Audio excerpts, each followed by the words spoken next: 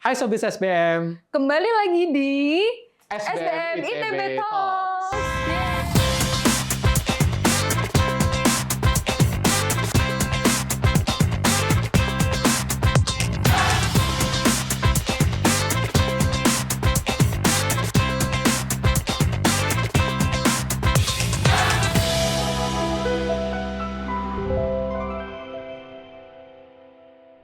Halo semua, nama saya Desi, Tribuana Desi, dan saya adalah alumni SBM ITB 2017. Saya ngambil jurusan kewirausahaan atau entrepreneurship, di mana di saat itu saya mendapatkan beasiswa bidik misi, dan saya dari Magelang. Kemudian saya lanjut untuk S2-nya di London School of Economics and Political Science atau LSE di jurusan Social Innovation and Entrepreneurship, juga dengan beasiswa. Saat ini saya berkegiatan untuk ranah profesionalnya ada dua. Yang pertama adalah membangun usaha sosial bernama Kawasan Indonesia, di mana kami bekerja sama dengan ibu-ibu di desa, kebanyakan ibu-ibu di desa, untuk membuat produk berkelanjutan menggunakan bahan baku bambu dan juga mendorong anak-anak mereka untuk punya pendidikan yang lebih tinggi. Kemudian produk-produk mereka juga kami jual ekspor kebanyakan ke Malaysia. Dan yang kedua adalah juga bekerja ke sebuah perusahaan internasional di mana fokus pada pengukuran dampak menggunakan SROI atau Social Return on Investment. Perkenalkan, nama saya Bayu Ningrat. Saya dari kelompok ahlian Entrepreneurship and Technology Management. Research interest saya di Creativity and Innovation, Creative Industry, dan Design Thinking. Selamat datang di SBM kembali, selamat datang di SBM ITB Talks. Terima kasih. 8 tahun setelah lulus ini, apa kabarnya? Kemana aja? Wah, kabar sebenarnya sebagai manusia sih ini ya, kita selalu doing our best gitu, despite all of the struggles atau challenge yang kita punya sih sebenarnya do our best aja gitu. So anyway, just trying to be sane. Terus mungkin kalau dari pekerjaan sih, sekarang karena tinggal di Magelang ya, di Borobudur, deket Candi, 5 menit aja dari Candi gitu. Dan melakukan sebuah usaha sosial dengan warga desa. Saya masih ingat hari Minggu kemarin, Minggu tetap bekerja terus ke warga desa gitu. So, I enjoy sih untuk pekerjaan-pekerjaan yang saat ini ada gitu. Kak Bayu apa kabar? Alhamdulillah, trying to be sane sama. Oke. Dengan sepak terjangnya ITB dan SBM yang penuh dinamika ini.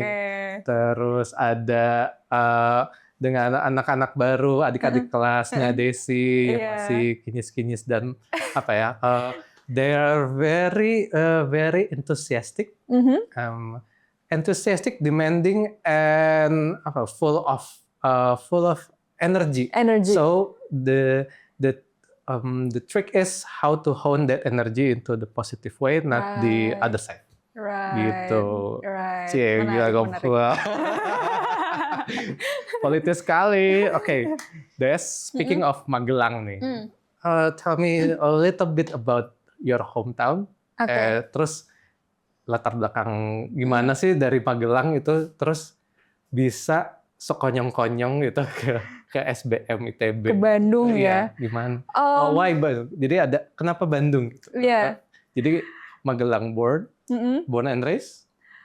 Pure blood juga, born and raised di Magelang. Terus I have to recall my memories like 10 years ago ketika masih SMA gitu ya. Jadi memang kalau dari background up to this day sampai saat ini banyak tetanggaku itu, kalau kita ngomongin konteks sosial ekonomi ya, banyak yang masih belum punya kamar mandi. I don't know if you can imagine that, kayak orang nggak punya kamar mandi itu gimana? Karena aku ketika bilang itu ke teman-teman kayak, terus gimana gitu kan. But ya kita tetap bisa menjalani kehidupan, tapi kalau misal aku bilang, iya masih banyak yang belum punya kamar mandi, terus abis itu kita tuh biasanya ke Blumbang sebutannya, atau empang kali ya bahasa Indonesia kayak gitu. Terus terus kemudian padahal di lain sisi tuh yang tadi saya bilang 5 menit ke Borobudur, di mana Borobudur tuh area tourism super priority bahkan ya. Dan sangat gemerlap lah, itu sangat diprioritaskan oleh pemerintah. Iya, Seven Wonders kan. Tapi itu banyak masyarakatnya yang istilahnya tidak mendapatkan apa ya, semacam ya mereka nggak mendapatkan benefit dari keadaan itu gitu. Terus memang dari kecil sih sebenarnya sudah terekspos dengan cukup dekat ya, maksudnya dengan Kara Borobudur, terus masyarakat Buddhis juga gitu. Jadi to some extent ketika aku keluar gitu, dan I always introduce myself, I'm Desi, I'm from Magelang, I live near the largest Buddhist temple in the world gitu kan. Pasti pertanyaan pertamanya kayak, then how can you're Muslim gitu-gitu. Dan itu sebenarnya melatih ke critical thinking kayak, oh iya ya kenapa aku Muslim ya gitu. So itu, terus how can I come to Bandung back to like years ago. Maksudnya kan ada Jogja di dekat situ. Iya. And then ada yang lain. Simple sih pas itu. SMA tuh sempet ya ada semacam visit ke sebuah kampus di Jogja gitu. Tapi itu saya ngerasanya kayak kok panas, saya nggak suka panas. Beneran. Anak Magelang gitu ya, anak gunung ya. Terus the idea of Bandung tuh kayak dingin, dan saya bisa mikir kalau dingin. Jadi pengen masuk ke ITB, dan karena saya anak IPS, kayaknya cuma bisa masuk FSRD sama SBM. Jadi, tentu saja. Iya, IPS juga ya? IPS juga. Oke. Terus itu belum ada SBM. Jadi masuk FSRD. Only one choice. Iya sama. Jadi memang akhirnya pengen masuk SBM. Dan di saat itu ketika ini ya secara family itu sebenarnya I was born in a quite well economic status dari orang tua. Tapi ketika SMP itu orang tua saya kan punya bisnis jadinya, dan di saat itu tuh kena tipu. Cukup banyak jumlahnya, ratusan juta, dan akhirnya berdampak ke ekonomi keluarga gitu. Jadi they don't even have the money to send me to SMA. Oke. Jadi pas itu diminta untuk masuk ke SMK gitu. Dan ketika ya mungkin ini jalan yang kemudian diberikan ke saya ya.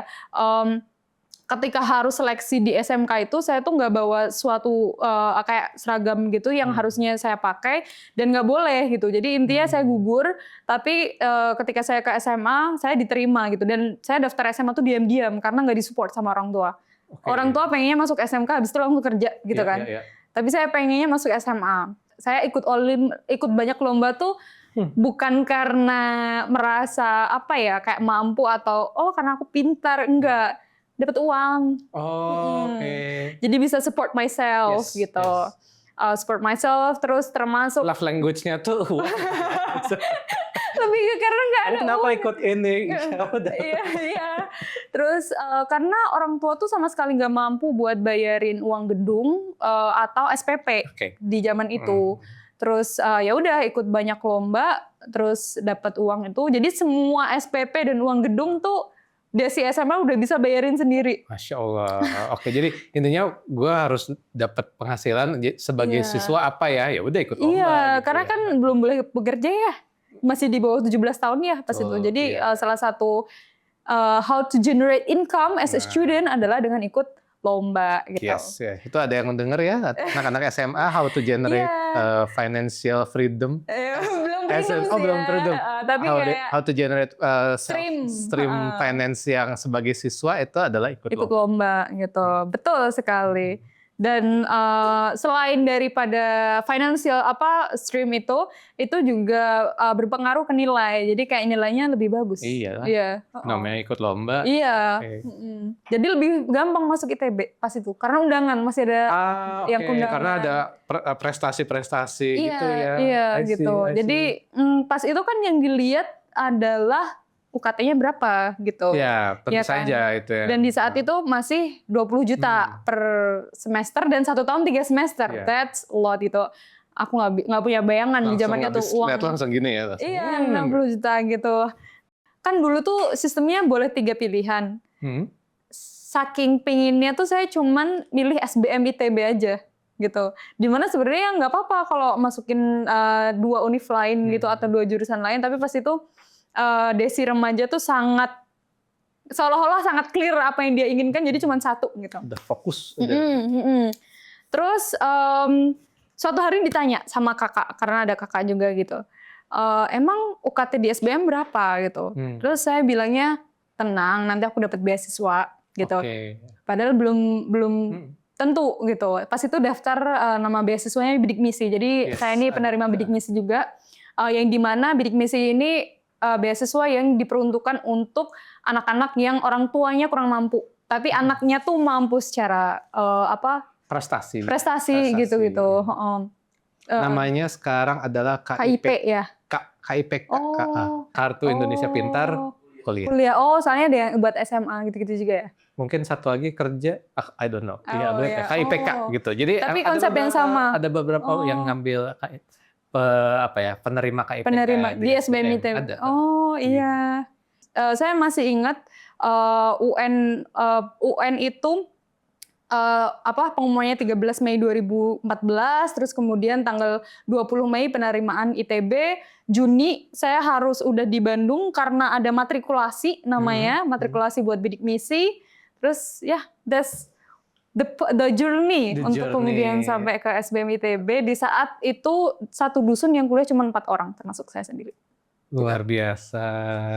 Once you get inside ITB ini kan, tadi ada beberapa mata kuliah sempat mention performance art yang sekarang jadinya adalah EBML.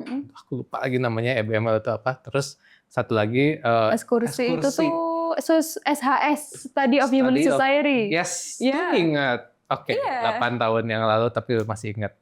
Nah itu ya betul aku juga ngajar sih ya SHS. Jadi SHS Study of Human Society itu berpikir lebih ke arah ilmu-ilmu etnografi, sama antropologi dengan Pak social mapping, Anda diberikan skill dan knowledge social mapping. Terus tapi sebelum social mapping itu belakangnya lebih ke arah mengetahui struktur sosial di masyarakat Indonesia, karena ya beragam banget Indonesia itu. Kita punya yang namanya hunter gatherer itu berburu meramu. Sampai ke yang metropolis di ibu kota. Kalau di negara lain berburu meramu, terus agriculture, terus baru industri kecil, baru metropolis itu secara berurutan. Jadi tahun berapa, tahun 1800. Kalau di Indonesia itu mereka bersamaan hidup bersama di tahun yang sama. Interesting, benar. Di Indonesia seperti itu. Kalau kita let's say ke negara Eropa gitu kan, medieval tuh kan tahun 1500-an gitu ya. Tapi mereka sekarang udah beralih ke service dan industri. Gitu. Kalau di sini itu mereka ada semua. That's interesting. I just know that. Benar. Yang di masyarakat di Jambi sana, orang di Papua juga. Gitu. Atau bahkan yang deket tuh yang di Banten yang Baduy, di Baduy gitu. Baduy dalam gitu ya. Betul. Mereka hidup bersamaan di tahun yang sama. Kadang cuman berbatasan berapa ratus meter gitu ya. Nah gitu, jadi sangat beragam, itu yang dipelajari. Kenapa? Karena bisnis itu it's not all about the high end of the city atau urban, tapi ke rural area juga. Makanya muncullah desi-desi yang terinspirasi, terus empowerment. Jadi setelah itu barulah kita ngajarin social mapping, hubungan-hubungan. Kadang-kadang kalau di desa itu struktur sosial sama ekonomi itu mirip atau orangnya sama-sama juga. Kepala desa sama yang punya menguasai pasar itu masih saudara.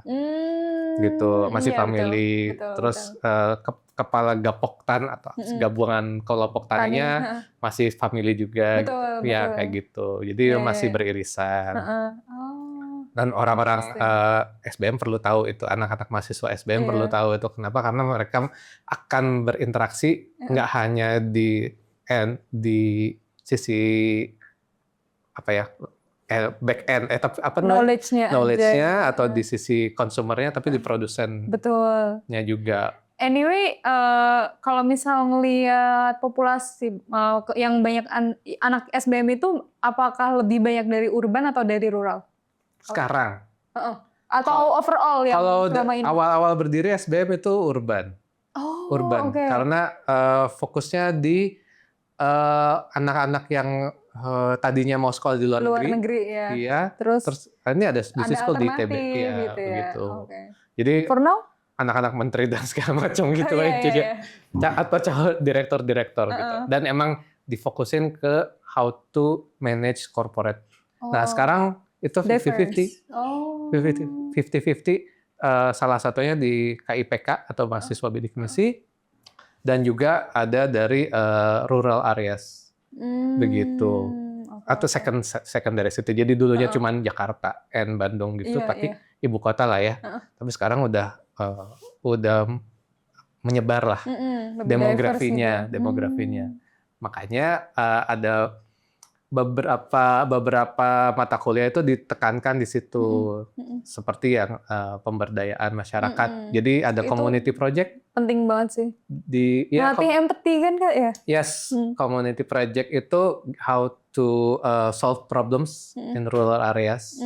Gitu. Mereka apa sih? Jadi sudut pandang perspektif kehidupan di rural itu apa sih, dan melihat anak ITB itu sebagai apa sih? Di ITB datang ke desa tuh kayak problem solver aja gitu. Padahal mereka juga masih belajar sebenarnya. Gitu kan. Kalau waktu ekskursi gitu kan, udah minta macam-macam. Seolah tuh they look up to us. Dan ternyata itu memang yang terjadi di kehidupan sehari-hari di desa. Kalau ada seolah mahasiswa itu adalah higher than them gitu ya. Dan hope. Mereka membawa harapan. Oh, speaking of hope, sebenarnya dulu pas kecil gitu ya, karena di desa tuh jarang yang ngelihat, aku di desa tuh jarang ngelihat orang kuliah.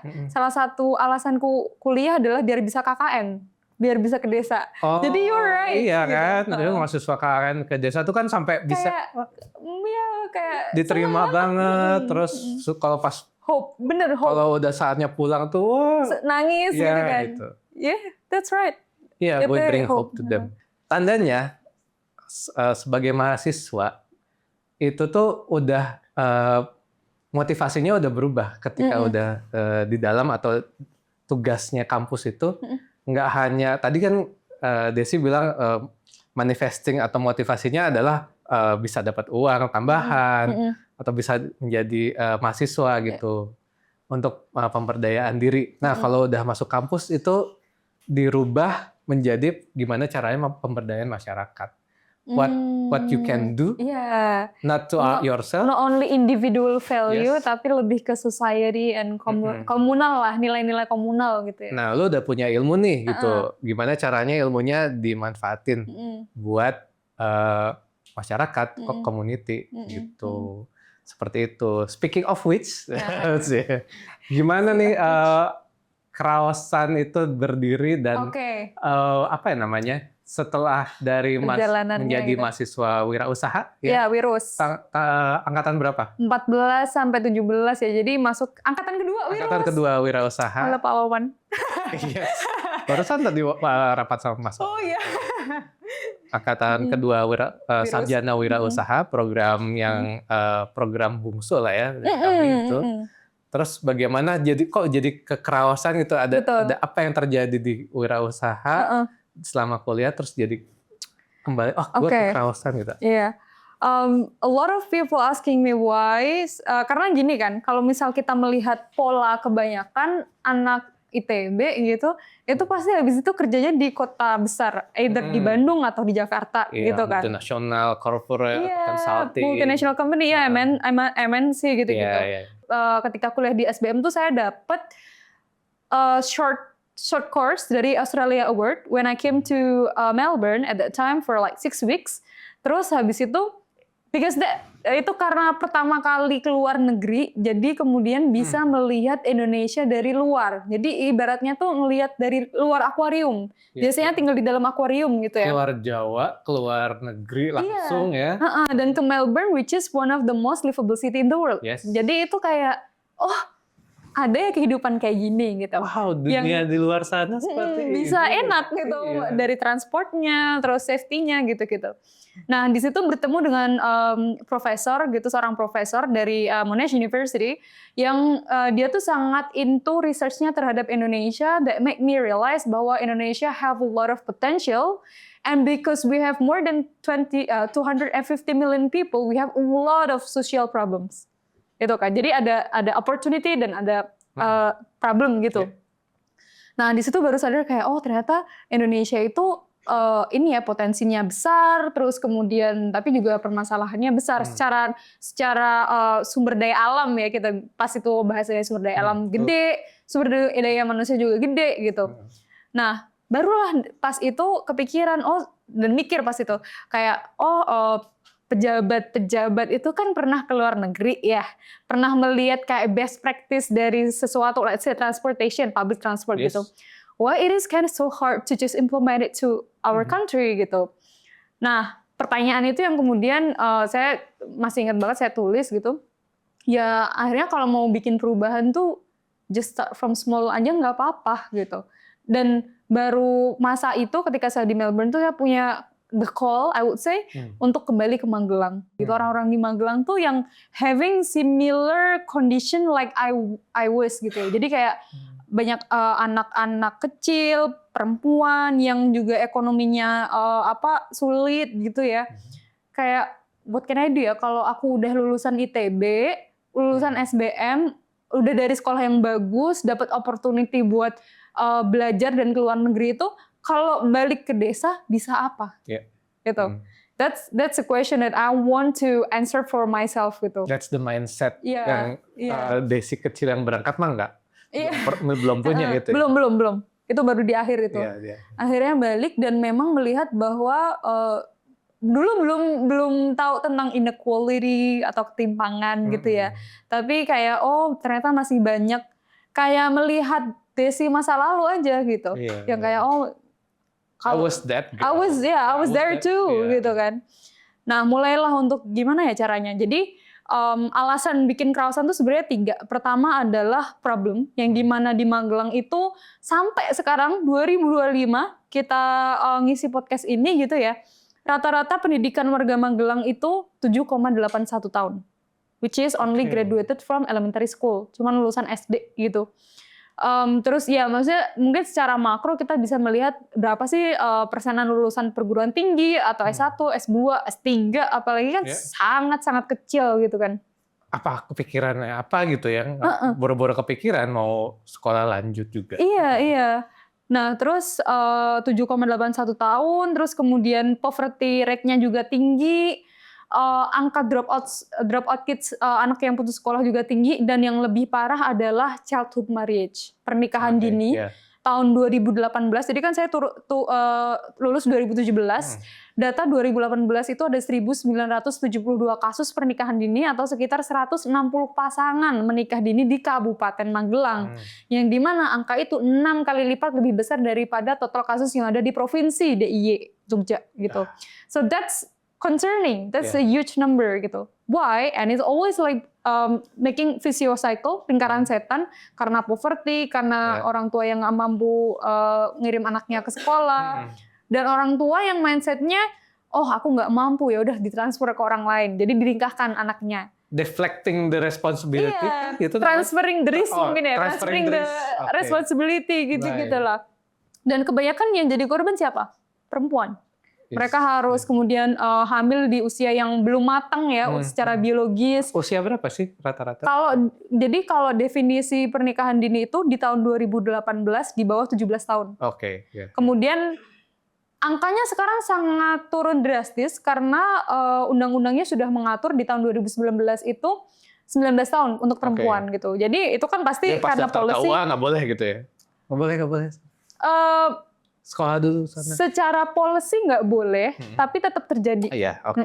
Kayak gitu. On paper sih nggak boleh. On paper nggak boleh, tetap terjadi dengan berbagai macam alasan, tapi harus sidang dulu. Lebih ribet itu lah. Sih. Itu pertama permasalahan sosial. Kedua, saya tuh emang suka mata kuliah kewirausahaan. Jadi kayak I love the language, the knowledge that I got gitu. I love the knowledge that I got from senang sekali SBM ITB. mendengarnya. Iya, terima kasih dosen-dosenku gitu. Semuanya. Terus habis itu yang ketiga adalah yaitu relevansi terhadap masa lalu saya yang juga secara ekonomi sulit gitu.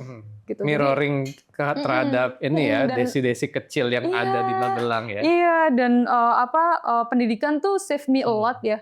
Jadinya saya pengen I want more children to also pursue higher education gitu. Karena itu education masih yang the most powerful weapon untuk ini poverty itu. Jadi awalnya itu. Awalnya kerawasan. Iya. Luar biasa, kerawasan yang sekarang udah berapa tahun? Kerawasan? Sekarang 5 tahun. 5 tahun jalan. Jalan 6 tahun. Sebentar lagi 6 tahun. Nah, kita ngomongin kerawasan kan. Apa awal mula? Jadi kerawasan itu apa sih sebenarnya? Kita juga pengen tahu kerawasan. Thank you for asking. Iya. Setelah kemudian saya punya 3 alasan tadi gitu ya. Saya tapi masih belum nemu bentuknya apa ya, karena yang diajarkan SBM mediumnya apa nih gitu. Yang diajarkan SBM tuh yang saya tangkep ya lebih ke ya udah bisnis gitu kan. Iya, plain and simple. Iya ya bisnis gitu kan. I mean we got the SHS dan social entrepreneurship tapi kan porsinya kecil. Yes. Kan dan I understand about that. Jadi saya bingung ini bentuknya akan apa ya. Saya suka keilmuan bisnis tapi I want to contribute and giving back to society. What kind of yang bisa nge-bridging keduanya. Dan di saat itu sebenarnya saya baru belajar social enterprises setelah lulus. Walaupun ada mata kuliah social entrepreneurship mungkin kayak election kan, elective 2 SKS doang, masih kecil juga. Pilihan itu ya. Pilihan ya. Iya itu. Terus akhirnya ketemulah bentuknya tuh sebenarnya social enterprise. Nah, awalnya sebenarnya saya bikin social enterprise itu sejak 2019 dengan mediumnya adalah keripik lokal Magelang. Ada namanya. It's all about keripik ya. Every time I see UMKM itu iya, and then I change at the end kan. Iya, paling gampang kayaknya emang keripik ya. Iya, to start a business. Yeah, because we have to acknowledge kalau memang si bahan bakunya paling oke dia. Dan caranya ya. Dan Magelang tuh terkenal kota getuk. Sebenarnya getuk itu sangat pronunciation Indonesia ya. Kalau di Magelang aku bilangnya getuk. Can you say it? Getuk. Kayak Bali ya? Kayak Bali. Itu. Nah, dulu tuh tiap habis pulkam, terus balik ke kuliah gitu ya, saya tuh selalu bawa makanan namanya potel. Kan ini sih? Potel. Biasanya potel. Potel. Ada namanya potel, jet kolet, selondok, lanteng gitu-gitu lah. Semuanya tuh dari ketela. Ketela, Dan Magelang itu terkenal kota getuk tadi karena memang kualitas si singkongnya tuh bagus gitu. Nah, terus abis itu 2019 saya mulai ternyata kena COVID gitu, dan akhirnya turun banget kan performa bisnisnya itu konsumsi masyarakat semua langsung. Betul. Tapi salah satu nilai yang saya yang tertanam di diri saya ketika berkuliah di SBM itu to not give up. Atau sebenarnya bahasa bisnisnya tuh kita bisa pivot. Asik. Berhasil nggak ngajarnya? Berhasil ya ngajarnya ya. Jadi kalau mentok ya udah pivot. Pivot kan? Iya, that's the language that we use kan. Mau konteks di kehidupan sehari-hari ataupun di bisnis. Ada. Luar biasa ya. Akhirnya apa yang di pivot nih? Biasanya kan kalau di business wise antara produknya atau marketnya gitu atau cara approach bisnisnya sendiri gitu. Secara singkat produknya. Tapi ceritanya tuh unik. Jadi kan turun nih. Terus kemudian saya tuh dan another nilai yang tertanam adalah ya selain to not give up dan kemudian pivot tuh kayak next-nya ya. Tapi sebelum itu kayak to not give up dulu gitu. Ini challenge. Ini harus gimana overcome the challenge. Gitu. Untuk sampai ke goal itu jalannya nggak cuma satu nih, kita nggak apa-apa belok dulu gitu, atau naik dulu, turun dulu gitu. Nah, terus pas itu saya bikin hampers di tahun 2020, itu the first time hampers booming. Nah, saya pakai material dari Magelang, which is bambu, dan bikin besek, bambu box kayak gitu. Nah, dari situ, itu penjualan langsung tinggi banget gitu. It saved the business gitu, the idea of social enterprise. Tapi setelah Lebaran kan nggak ada yang beli hampers ya. Iya, udah. Itu kan seasonal ya? Seasonal. Kita ngomongnya seasonal. Terus kemudian banyak customer itu yang tanya, Kak, boleh beli wadahnya aja nggak? Oh. Lucu nggak? Jadi ibaratnya kita jualan apa ya? Packagingnya doang nih. Kayak jualan pulpen, ada boxnya gitu, orang pengen beli boxnya aja gitu. Bingung sebenarnya pas itu. Tapi kayak that's the surprise in making a business. Iya. You never know. Yeah, and we have to listen to our customer, right? Terus abis itu banyak banget yang nanya, Kak boleh beli boxnya aja nggak? Kak boleh beli boxnya aja Kak? Nggak, walaupun mikir kayak, kan gue jualan makanan, kenapa kalian pada mau beli wadahnya? Hampersnya itu makanan isinya. Makanan, jadi campuran si local snack tadi, karena temanya Lebaran, saya campur sama cookies. Oke, gitu. ya kue-kue kering. Ternyata yang appealing justru wadahnya. Akhirnya, oke deh, saya jual. Gitu. Dan perkembangannya tuh sangat-sangat pesat, melebihi si makanannya. Akhirnya because of resource wise gitu ya, akhirnya saya lebih memilih untuk menjalankan bisnisnya. Karena sebelum itu namanya raos, which is raos in Jawa tuh artinya rasa, in Sunda means enak. Nggak bisa untuk produk kerajinan bambu atau craft gitu ya. Makanya akhirnya saya bikin kraosan, craft by Raos Artisan.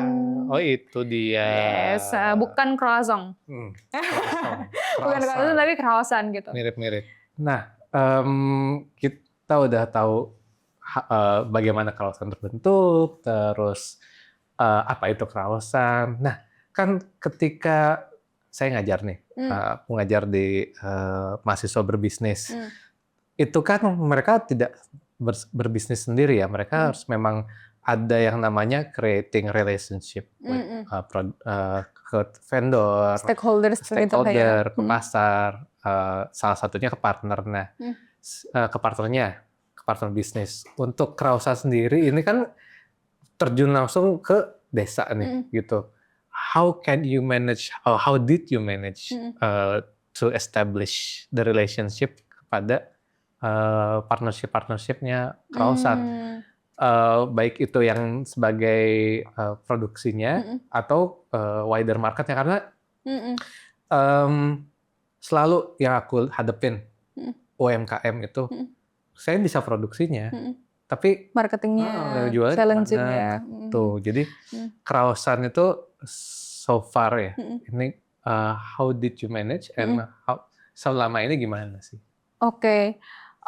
There are several things ya, tapi yang pasti itu saya teringat kemarin ketika ngisi di International Conference di HMM 2025 gitu, ada yang seorang audiens datang gitu, Mbak gimana caranya bisa social enterprise-nya jalan 5 tahun gitu.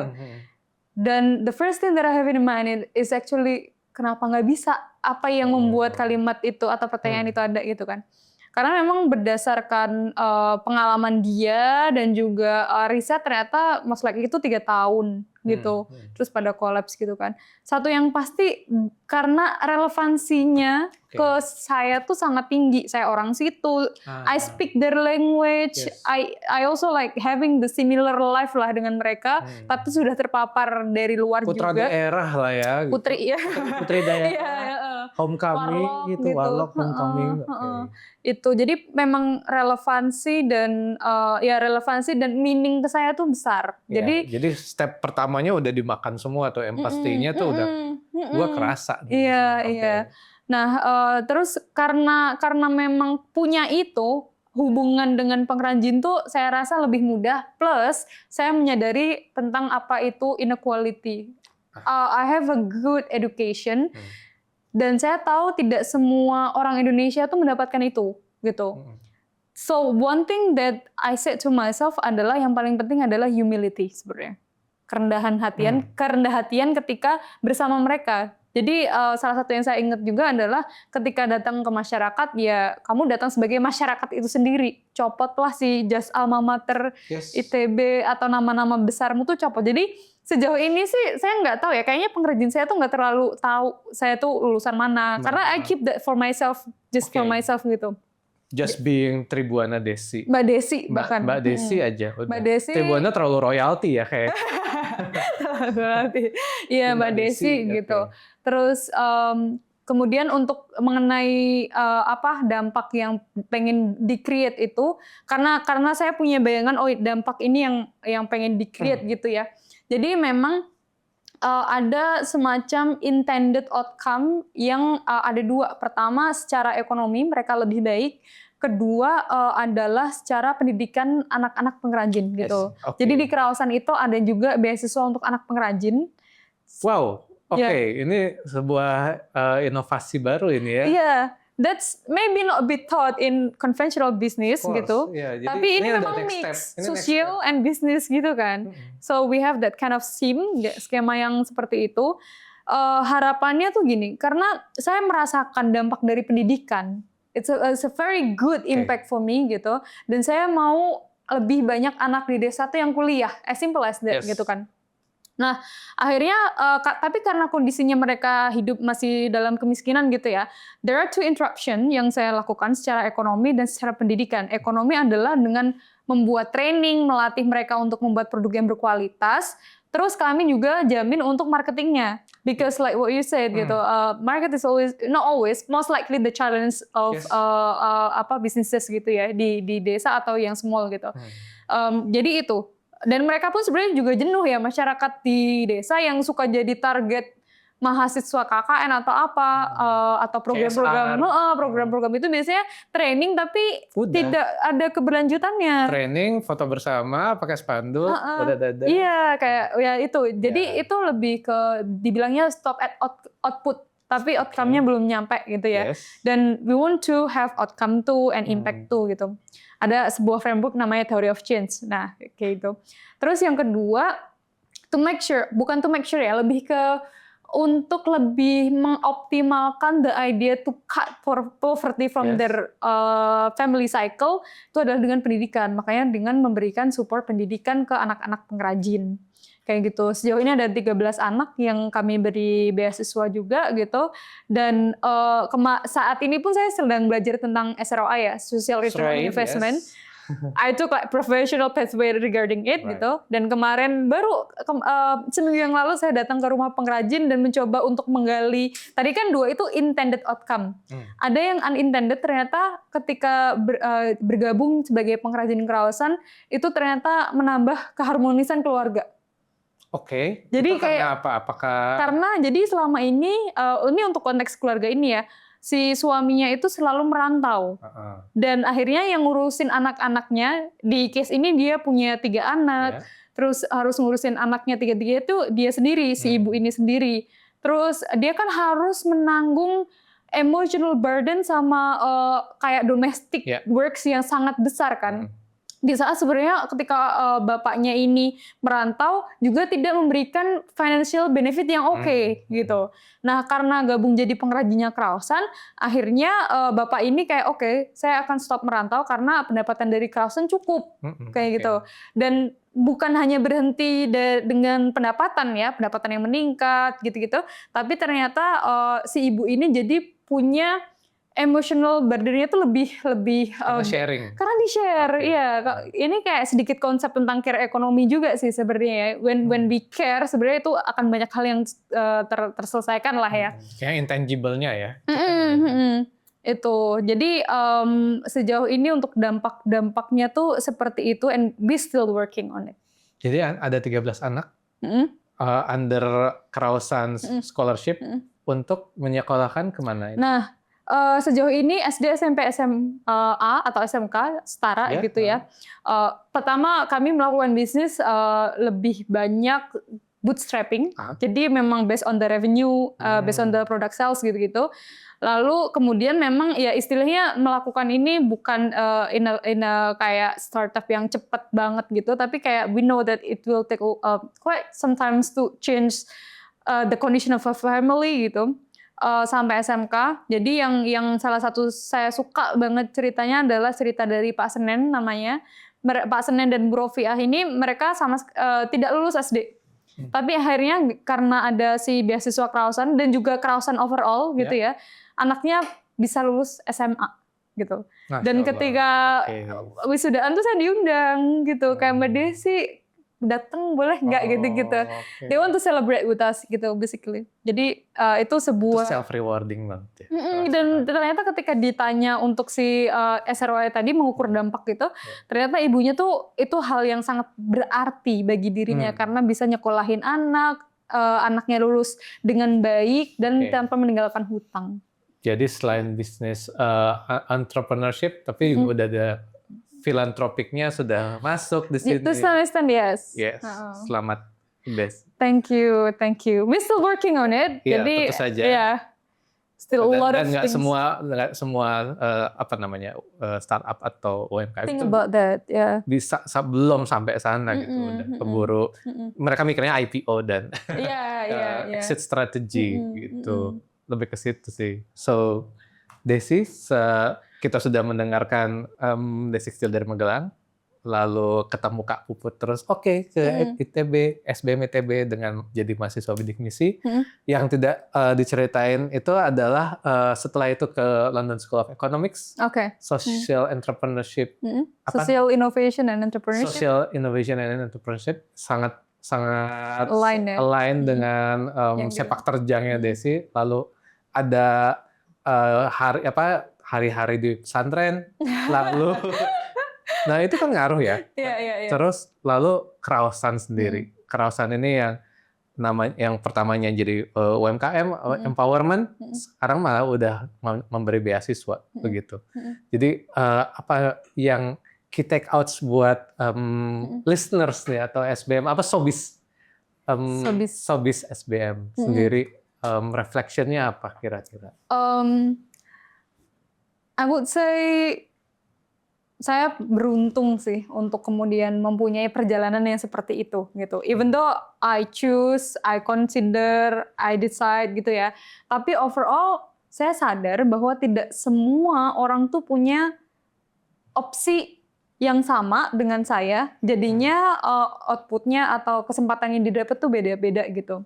Ditambah saya sadar betul tentang inequality, bagaimana ketimpangan itu masih terjadi saat ini gitu. Yang saya selalu pikirkan adalah how can I contribute gitu. First of all saya tuh punya prinsip start from what you have, start now gitu.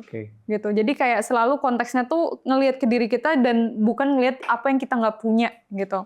Dan saya suka banget ketika di kuliah LSI itu salah satu tagline-nya kan betterment for society gitu. Jadi dengan Indonesia ya, dengan globe yang terbalik. Iya, betterment of society. Jadi memang point of view-nya adalah bukan tentang individual lagi, tapi lebih ke we as a community. Jadi lebih ke communal thoughts lah, berpikir bagaimana bermasyarakat yang lebih baik. Karena kita bisa, contoh kecilnya itu gini, kalau lingkungan kita sama-sama terpelajar, sama-sama aware terhadap suatu topik, itu tuh kita lebih enak untuk menjalani kehidupan daripada mungkin society atau lingkungannya itu tidak terpelajar, jadi lebih rawan terhadap kriminalitas. Itu kan kita, kalau yang pintar tuh cuman, let's say saya sendiri, itu tetap akan merugikan saya gitu. Tapi kalau misal ekosistemnya sama-sama pintar, we can move forward together. Gitu. Jadi memang refleksinya adalah burden tadi ya.